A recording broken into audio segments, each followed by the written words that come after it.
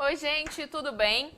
Estou aqui de volta agora para conversarmos um pouco sobre direito administrativo. Eu sou a professora Flávia Campos, a gente já se encontrou, na nossa aula inaugural, em que a gente falou um pouquinho sobre a prova, a gente analisou um pouco o que mudou, conhecemos a prova. Agora eu voltei, como tinha combinado com vocês lá na nossa primeira aula, para conversar um pouco sobre direito administrativo. Eu fiz a mesma coisa, não sou eu como todos os professores aqui da nossa OAB Week, separei duas questões aqui para vocês, criei na verdade, eu peguei questões que a FGV ela já aplicou em outros tipos de prova, em outros exames que não a OAB, em provas de concurso, enfim, adaptei para a nossa prova da OAB para te mostrar um pouquinho essa tendência que a gente conversou muito na nossa primeira aula de cobrança de questões, de cobrança de prova. A gente conversou, que a prova mudou muito, as questões mudaram, são questões maiores, com enunciados grandes, casos concretos, raciocínio jurídico.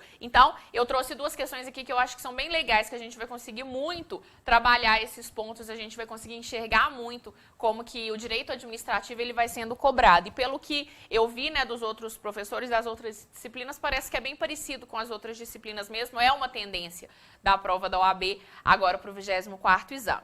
Vamos trabalhar a minha primeira questão que eu deixei aqui para vocês, que eu separei para vocês. Então, a gente está falando de direito administrativo. Primeira questão. A Assembleia Legislativa do Estado do Rio de Janeiro recebeu dezenas de reclamações de consumidores a respeito da precariedade de serviço público de fornecimento de energia elétrica em determinado bairro da Zona Oeste, consistente em constantes interrupções e quedas de energia.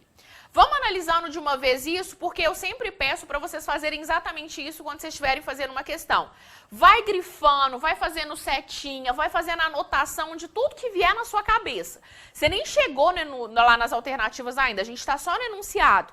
Então você nem sabe o que é que eles vão te perguntar lá na frente, mas vai colocando tudo que aparece na sua cabeça, porque é aquele nosso inconsciente que vem trazendo informações, relembrando tudo que você já aprendeu, Então olha só, pensa comigo o seguinte, a Assembleia Legislativa do Estado do Rio de Janeiro, pessoal, a Assembleia Legislativa é o quê? A Assembleia Legislativa é um órgão público, concorda? Então, a Assembleia Legislativa, que é um órgão público, recebeu dezenas de reclamações de consumidores a respeito da precariedade no serviço público de fornecimento de energia elétrica. Fornecimento de energia elétrica, pessoal, o que é? Fornecimento de energia elétrica é um serviço público em determinado bairro da Zona Oeste, consistente em constantes interrupções e quedas de energia. Então, esse órgão público, a Assembleia Legislativa, recebeu dezenas de reclamações de consumidores sobre sobre o serviço público de fornecimento de energia elétrica. Estava até aqui escrito, Flávia? Mas, enfim, fornecimento de serviço público. Tais denúncias foram encaminhadas ao PROCON estadual. Tais denúncias foram encaminhadas ao PROCON estadual, que após processo administrativo aplicou multa à concessionária do serviço público. Em tema de poderes da administração pública, a providência adotada pelo PROCON está. Pessoal, olha isso. A gente está fazendo uma prova de direito administrativo. Você estuda PROCON onde, gente? Direito do consumidor. Que é isso, Flávia? É aquela questão da interdisciplinaridade. É aquelas situações em que eu tenho um assunto ou mais, de um assunto de disciplinas diferentes cobradas em uma única questão. Você vai precisar ter algum conhecimento de PROCON para você fazer a prova? Vai! PROCON, pessoal, a gente vê lá no Código de Defesa do Consumidor, PROCON também é um órgão público. É um órgão público que tem a função de defender o consumidor. PROCON não regula nada, PROCON simplesmente defende o consumidor. Então, tais denúncias. Então, a Assembleia, órgão, recebeu, encaminhou para o PROCON estadual aquelas denúncias que, após processo administrativo, aplicou multa à concessionária de serviço público. O que é uma concessionária de serviço público? Concessionária de serviço público, que está previsto lá no artigo 2º da Lei 8987 de 95, é uma pessoa jurídica ou um consórcio de empresas da iniciativa privada que firmou um contrato de concessão de serviço público e está prestando aquele serviço público que a gente viu, que é o fornecimento de energia elétrica. Então, essa concessionária de serviço público que firmou, né, esse contrato de concessão de serviço público com a administração, recebeu uma multa que quem aplicou? O PROCON. E o PROCON aplicou essa multa por quê? Porque essa concessionária estava descumprindo algumas regras. Então, garantiu o processo administrativo e aplicou multa para essa concessionária. Em tema de poderes da administração pública, a providência adotada pelo PROCON está. Então, a gente vai analisar se a providência do PROCON, essa aplicação de multa, ela está certa ou ela está errada. Letra A. Ela está errada. Eis que a sanção de multa decorre do poder regulamentar da ANEEL em relação à transgressão dos preceitos do Código de Defesa do Consumidor. Outro assunto, outra instituição que aparece aqui pra gente, ANEEL. O que é a ANEEL, pessoal? A ANEEL é o que nós chamamos de agência reguladora. A agência reguladora, que nada mais é que uma espécie de autarquia. A ANEEL, ela tem sim essa função de fiscalizar a prestação de um determinado serviço público. E dentre, né, as atribuições da ANEEL está, sim, a fiscalização da prestação do serviço de energia elétrica. Agora, quando a gente fala que a ANEEL, ela tem a função de fiscalizar a prestação de um determinado serviço público, a ANEEL não se submete ao Código de Defesa do Consumidor. Isso a gente vê lá no direito do consumidor. Quem que se submete ao Código de Defesa do Consumidor? O fornecedor do serviço. Então, eu posso dizer que a ANEEL, que é uma autarquia, né, uma agência reguladora, que tem a função de fiscalizar, de regulamentar, de tratar, né, de inspecionar a prestação de um serviço público. Eu posso dizer que a ANEEL, ela se submete ao CDC, ao Código de Defesa do Consumidor? Não. A ANEEL, ela poderia aplicar uma multa à concessionária? Poderia também. Porque se a função dela é fiscalizar a prestação de um serviço público, se a concessionária faz alguma coisa errada e a ANEEL ela faz um processo administrativo, seria possível sim que a ANEEL aplicasse essa multa. Mas a questão não fala isso. A questão, voltando lá nela, a questão fala que quem aplicou a multa foi o PROCON. Então, a ANEEL poderia sim aplicar a multa, mas não foi ela que aplicou. E eu não posso dizer que essa questão tá errada, que essa aplicação de multa está errada, por falando que a ANEEL ela vai se submeter ao Código de Defesa do Consumidor. Uma coisa não tem nada a ver com a outra. A ANEEL se submete às suas próprias normas. Ela poderia sim aplicar a multa com base nas suas próprias normas, fazendo o seu próprio processo administrativo. Agora, o PROCON, quando ele aplica uma multa porque eu tenho um fornecedor de serviço, ainda que seja um serviço público que está descumprindo alguma coisa, que está descumprindo alguma regra, o PROCON se submete ao Código de Defesa do Consumidor, mas a ANEEL não. Então, errada a nossa letra A, porque ela está dizendo, ela está fazendo uma ligação da ANEEL com o PROCON. Então, letra A, errada. Letra B, correta. Eis que a sanção, então, correta. Eis que a sanção de multa decorre do poder de polícia do órgão que integra o Sistema Nacional de Defesa do Consumidor.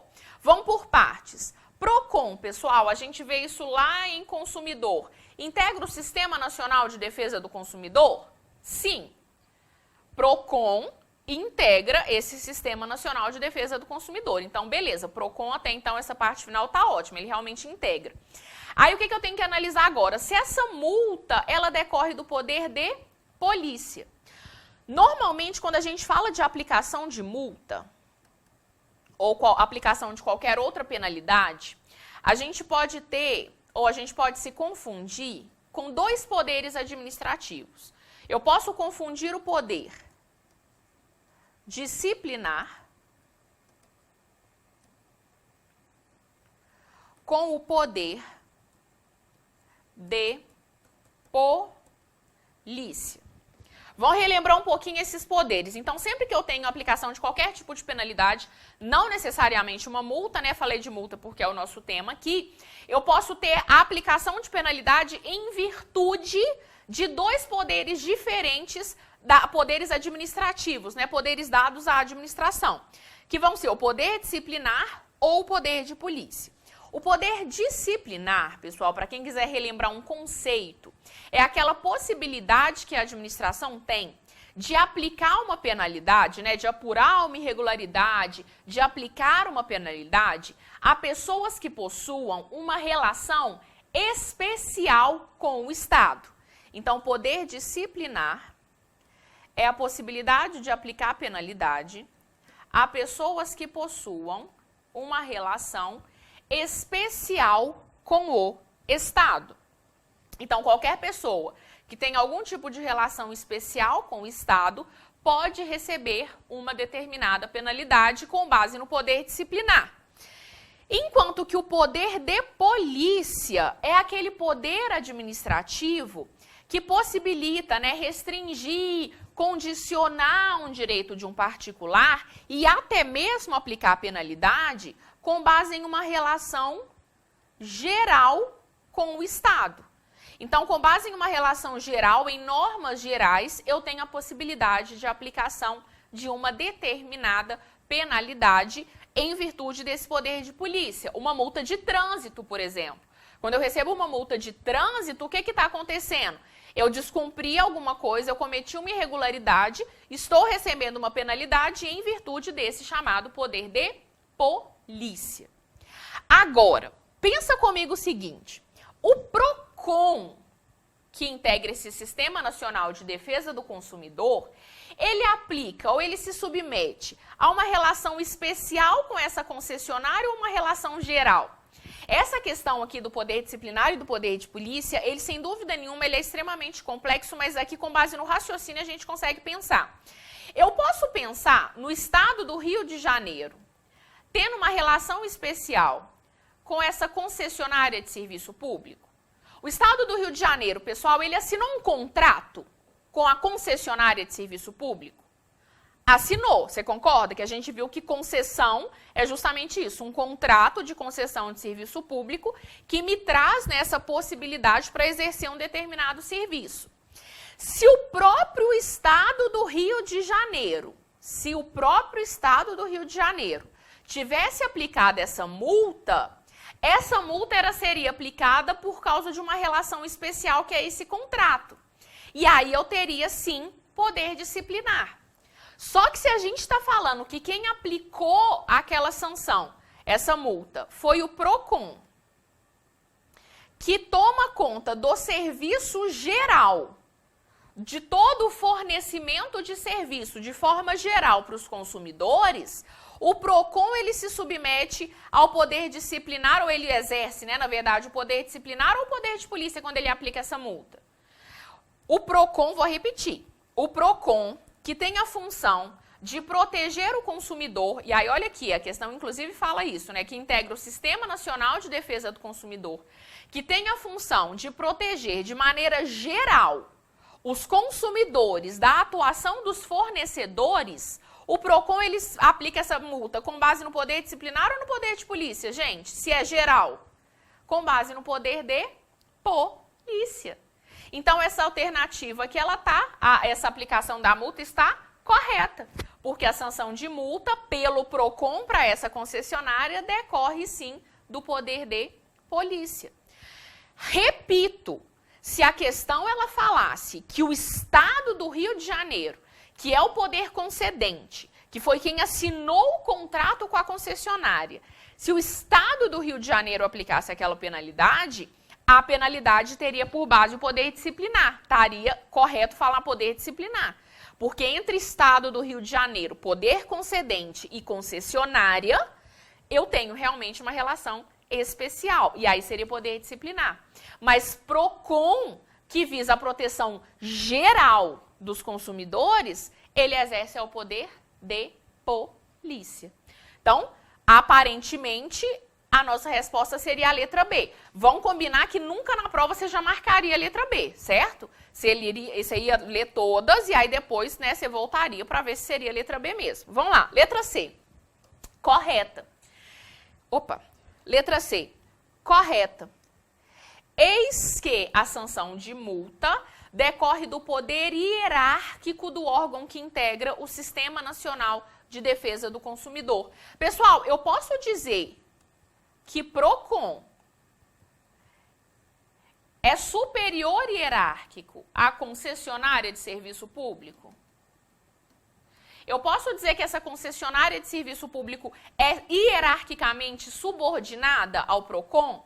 De jeito nenhum. Concessionária é uma pessoa jurídica. PROCON é um órgão de uma outra pessoa jurídica. Entre pessoas jurídicas diferentes não existe hierarquia. Então, esse órgão PROCON não é superior hierárquico da concessionária.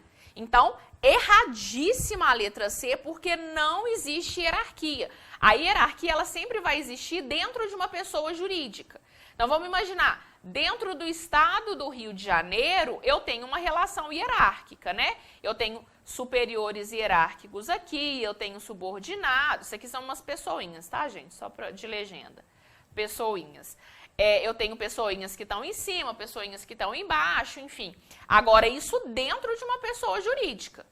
Entre pessoas jurídicas diferentes não existe hierarquia. Então, letra C, errada. E letra D, correta. Opa. Letra C, letra D, correta. Eis que a sanção de multa decorre do poder disciplinar do PROCON em relação à transgressão dos preceitos do Código de Defesa do Consumidor. Chamei a atenção de vocês, né, que talvez a única possibilidade da gente confundir seria com o poder disciplinar. Só que a própria letra D fala que seria, né, decorrente do poder disciplinar, mas ela mesma fala, olha, Código de Defesa do Consumidor. Se ela falasse que era o Estado do Rio de Janeiro que estava aplicando a penalidade por causa do contrato de concessão de serviço público, aí a gente ia falar, uma relação especial com o Estado. Então, essa sanção tem por base poder disciplinar. Mas Código de Defesa do Consumidor é uma norma geral, né, que é aplicada para todos os consumidores. Então, se ela é geral, ela tem a ver com poder disciplinar, que a ideia principal é relação especial com o Estado, ela não tem a ver com poder disciplinar. Ela tem a ver, o Código de Defesa do Consumidor tem a ver com, sim, com o poder de polícia. Então, letra D também errada. Volto lá na minha letra B. Realmente, a letra B é a correta. Então, letra B é a nossa alternativa correta. Você percebeu isso, né, pessoal? Você nunca vai marcar a primeira vez que você viu uma alternativa que você acha que está certa. Você vai fazer todas, vai colocando, vai cortando aquelas que você tem certeza que estão erradas, porque aí depois você vem e fala, olha, se eu sei que a letra A, que a letra C e a letra D estão erradas, a letra B realmente vai ser a correta. Então, questão 1, letra B. Chamando sua atenção, olha o que apareceu para a gente nessa questão. Direito administrativo e direito do consumidor, porque se não fosse pelo direito do consumidor, você não entenderia o que é Código de Defesa do Consumidor, você não entenderia o que é Sistema Nacional de Defesa do Consumidor, o que é PROCON. Então, a gente teve duas disciplinas diferentes, né, dentro dessa nossa questão de direito administrativo. Dentro da questão de direito administrativo, né, dentro só da parte de direito administrativo, eu tive Organização da administração pública, porque quando ele fala de ANEEL, eu preciso saber que é uma agência reguladora, que é uma espécie de autarquia. Poderes administrativos, poder disciplinar, poder regulamentar, poder de polícia. Concessão de serviço público. 3 matérias, 3 temas diferentes só dentro de uma questão. É assim, é com esse tipo de questão que a gente precisa tomar cuidado, tá bom? Então, questão 1, letra B. Questão 2. Devido à alteração do projeto de construção de uma rodovia, as obras foram paralisadas diante da necessidade de desapropriar um terreno que será cortado pela nova pista. Então, num processo de construção de uma rodovia, as obras foram paralisadas diante da necessidade de desapropriar um terreno que será cortado pela nova pista. Então, a administração ela precisava fazer uma desapropriação. O que é uma desapropriação, pessoal? Fazendo aquele nosso caminho de já ir anotando tudo que vem na nossa cabeça. A desapropriação é uma intervenção do Estado na propriedade. Então, o Estado, né, a administração pública como um todo, pensando aqui no Estado em sentido amplo, né, Estado, União, municípios, Distrito Federal, o Estado ele pode intervir na propriedade de um particular e aí ele pode desapropriar. A desapropriação é o que a gente chama de intervenção supressiva, que é quando a administração ela toma a propriedade de um particular. Então, surgiu essa necessidade de desapropriar um terreno numa construção de uma rodovia. Após tentar, sem sucesso, contato com o proprietário do terreno, a administração autorizou o prosseguimento das obras, de grande importância para a economia da região.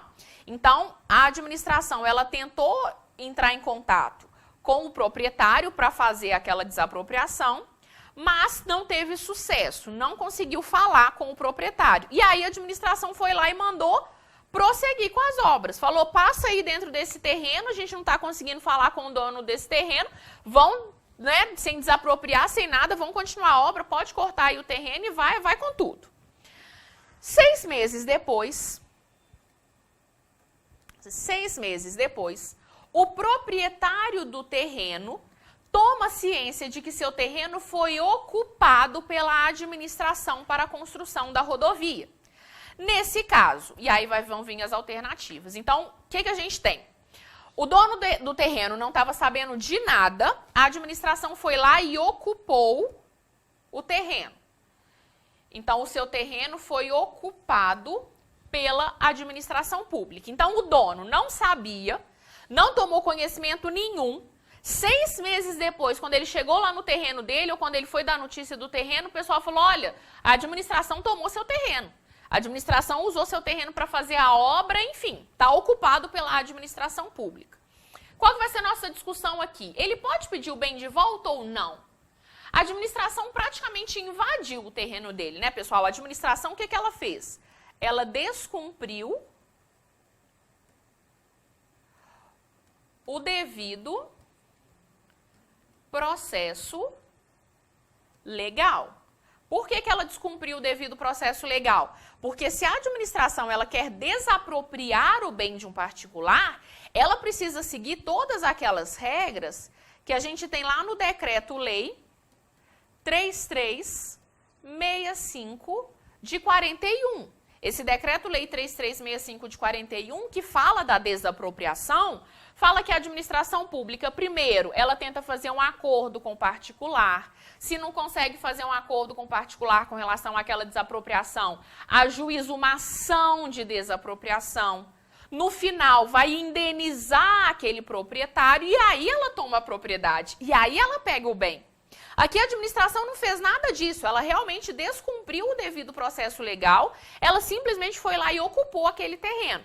A dúvida é, esse dono, Joãozinho, sei lá como é que ele chama, Joãozinho, ele pode pedir o bem de volta? Joãozinho pode virar e falar, administração, você vai ter que me devolver o bem. Você ocupou meu bem, você está doida? Sem me desapropriar, sem me indenizar, sem nada, sem nem me avisar, você vai e toma meu bem? Joãozinho pode ou não pedir o bem de volta, gente? Vamos ver. Letra A. É cabível ação reivindicatória. É cabível ação reivindicatória. Para que o proprietário do imóvel receba de volta o seu terreno, diante do apossamento administrativo. Olha outra disciplina aparecendo aqui pra gente. Ação reivindicatória. Normalmente você estuda isso em direito administrativo, gente? Não. Isso você estuda onde? Civil e processo civil. Ação reivindicatória, aqui eu vou te dar um conceito de leigo, né, de gente do direito administrativo dando palpite lá no direito civil, é aquela possibilidade do Joãozinho pedir o bem de volta, ajuizar uma ação pedindo a devolução do bem. Joãozinho pode ou não pedir o bem de volta? Joãozinho pode pedir para a administração pública devolver o terreno para ele? Não pode. Não pode por quê? Porque lá no próprio decreto-lei, lá no artigo 35 do decreto-lei 3365 de 41, a lei ela fala que eu tive nesse caso a chamada desapropriação indireta. O que é a chamada desapropriação indireta? Eles já cobraram esse tema várias vezes em prova, tanto de primeira quanto de segunda fase. A desapropriação indireta ela acontece quando a administração se apropria do bem de um particular, sem o processo de desapropriação, sem cumprir o devido processo legal.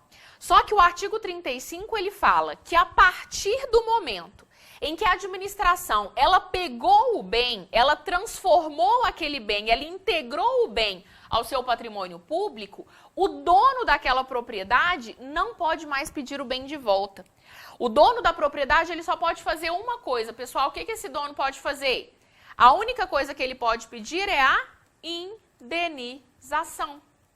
De acordo com a lei, a única coisa que o proprietário pode fazer é pedir perdas e danos.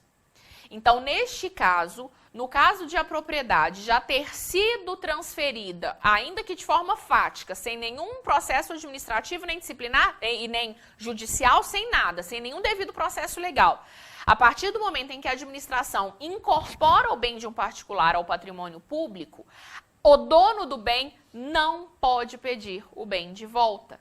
A única coisa que ele pode pedir são perdas e danos, que é a nossa indenização. Então, entendido esse artigo 35, que é o que a gente chama de desapropriação indireta, eu volto na letra A. É cabível ação reivindicatória? O Joãozinho, ele pode pedir o bem de volta? Não. Não é cabível ação reivindicatória, porque ele não pode pedir o bem de volta. Então, letra A, errada. Letra A, errada. Letra B. É cabível ação de reintegração de posse. É cabível ação de reintegração de posse, tendo em vista o apossamento administrativo sobre o terreno particular. De novo, eu posso pedir a reintegração da posse? Eu posso pedir a devolução da posse? Também não. Também não, por quê? Porque a gente já viu que Joãozinho só pode pedir indenização. Então, reintegração de posse também não vai ser cabível. Errada. Alternativa B. Letra C. O proprietário do terreno pode optar pelo ajuizamento de uma ação reivindicatória ou pelo ajuizamento de uma ação de indenização por desapropriação indireta ou apossamento administrativo. O particular, a gente viu que ele vai pedir a indenização, realmente pela desapropriação indireta, mas é uma opção? Ele pode optar pela devolução do bem ou ação de indenização? Não, não existe opção, não pode optar, ele não pode pedir a devolução do bem. O artigo 35 fala que a única coisa que ele tem direito é a perdas e danos. Então, a única ação que Joãozinho pode ajuizar é essa ação de indenização. Então, voltando aqui na nossa letra C, a única coisa que Joãozinho pode pedir é perdas e danos. A única ação, então, que ele pode ajuizar essa ação de indenização por desapropriação indireta. Não existe essa opção, letra C, errada. Letra D, né, pessoal? Mas vamos lá ler, não vai marcar sem ler, né, pelo amor de Deus. Letra D. É cabível ação ordinária de indenização por desapropriação indireta ou apossamento administrativo. Apossamento administrativo é o sinônimo da desapropriação indireta, incidindo juros compensatórios desde a ocupação. Perfeito. Joãozinho pede a indenização do imóvel, do seu terreno, e nessa ação de indenização, o que mais que Joãozinho pode pedir? Juros compensatórios. Desde quando ele perdeu a posse do bem, desde quando a administração ocupou aquele terreno, ele pode pedir juros compensatórios. Então, letra D, correta, perfeita. A nossa resposta, de novo, está lá no artigo 35 do Decreto-Lei 3365 de 41, que trata da desapropriação indireta. Deixa eu chamar a atenção de um ponto aqui com vocês. A gente viu de novo aqui nessa questão isso de cobrar temas de disciplinas diferentes, né? Então, essas ações reivindicatória, ação de reintegração de posse, isso tudo você vê lá em civil e processo civil. E mais do que isso, eu não sei se você percebeu uma pertinência temática que eu quis colocar de propósito aqui. Durante muito tempo a prova da OAB, salvo na questão de segunda fase, na primeira fase ela não se preocupava tanto com o exercício da sua profissão. Não necessariamente o que ele te cobrava em prova seria o que você exerceria, o que você usaria realmente na sua profissão. Agora, olha se essa questão ela não tem total pertinência temática. O que essa questão ela está perguntando para você, gente? Ela está perguntando o que você, como advogado do proprietário, faria. Se você vai ajuizar uma ação reivindicatória, se você vai ajuizar uma ação de reintegração, se você vai poder escolher qual ação você vai ajuizar, e no final das contas você viu que não. Você, como advogado do proprietário desse terreno, só poderia ajuizar essa ação de indenização, certo? Pessoal, obrigada pela companhia. Eu volto no final da nossa OAB Week para conversarmos ainda mais um pouco.